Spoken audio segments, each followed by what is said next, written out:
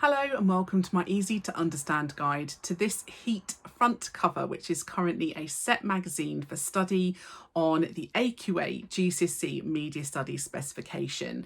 This set cover will only ever be asked about in relation to media language and representation, so I'm going to go through both of those in this video.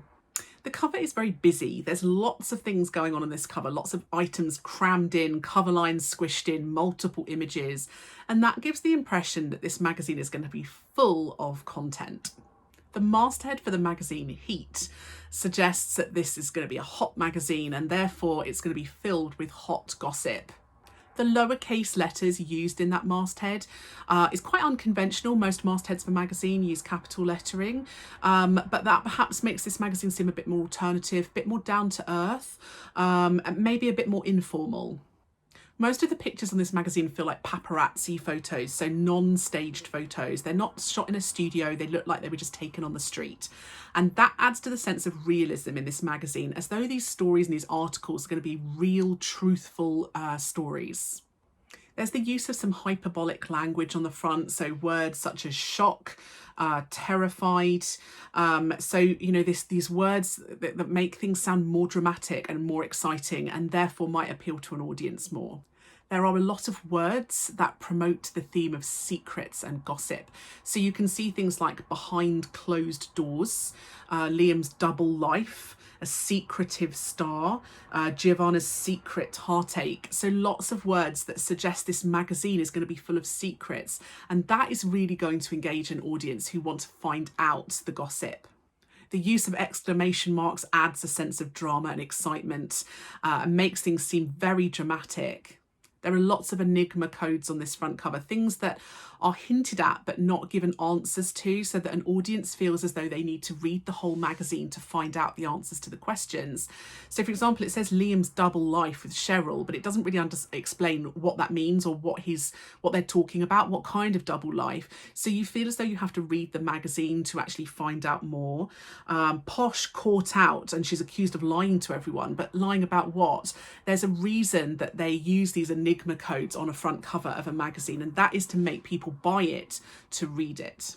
There's lots of intertextual references to celebrities and other pop culture products. So for example, the I'm a Celebrity reference. Making references to other media products is a good way of widening your readership. Fans of those shows, for example, will be drawn into buying this magazine to find out about their favourite people from those shows. There's some quite confident words on here. So they use the word badass when they're talking about fashion down the bottom. So it's quite confident, quite aggressive, maybe representing women as being quite confident and aggressive. So quite a modern representation of women. You'll see that as well in lots of the representations of the images of women as well. So in the little kind of corner bit where they talk about Giovanna Fletcher, you can see they call her the queen of the castle, makes her sound very, very powerful. You've got Posh Spice as well on the front here, and this idea that she's posh makes her seem quite powerful. There's royal connections on the front, so they're looking at Harry and Meghan. So the use of the Duchess. So this idea that there's lots of powerful people, celebrities. Obviously the use of celebrity is going to draw people in, but also representing women in general as being quite powerful, whether it's Posh Spice, who is a singer in a major band, or whether it's somebody being called the queen of the castle, or whether it's an actual duchess, representing women as being quite strong and dominant. Men represented too on the magazine front cover, but in perhaps a slightly more marginalised way and perhaps a more secretive way. So Liam's double life with Cheryl suggests that he is living a secret life, that he has done something wrong. Harry is described as perhaps making his biggest mistake yet. So, perhaps representing men, but still representing them as being weaker and perhaps not being as successful. And this might hint that the target audience is mainly women. Use of colloquial phrases like baby daddy on the front cover perhaps suggest again that this magazine is aimed at a younger, less educated audience, and perhaps makes this magazine seem quite informal.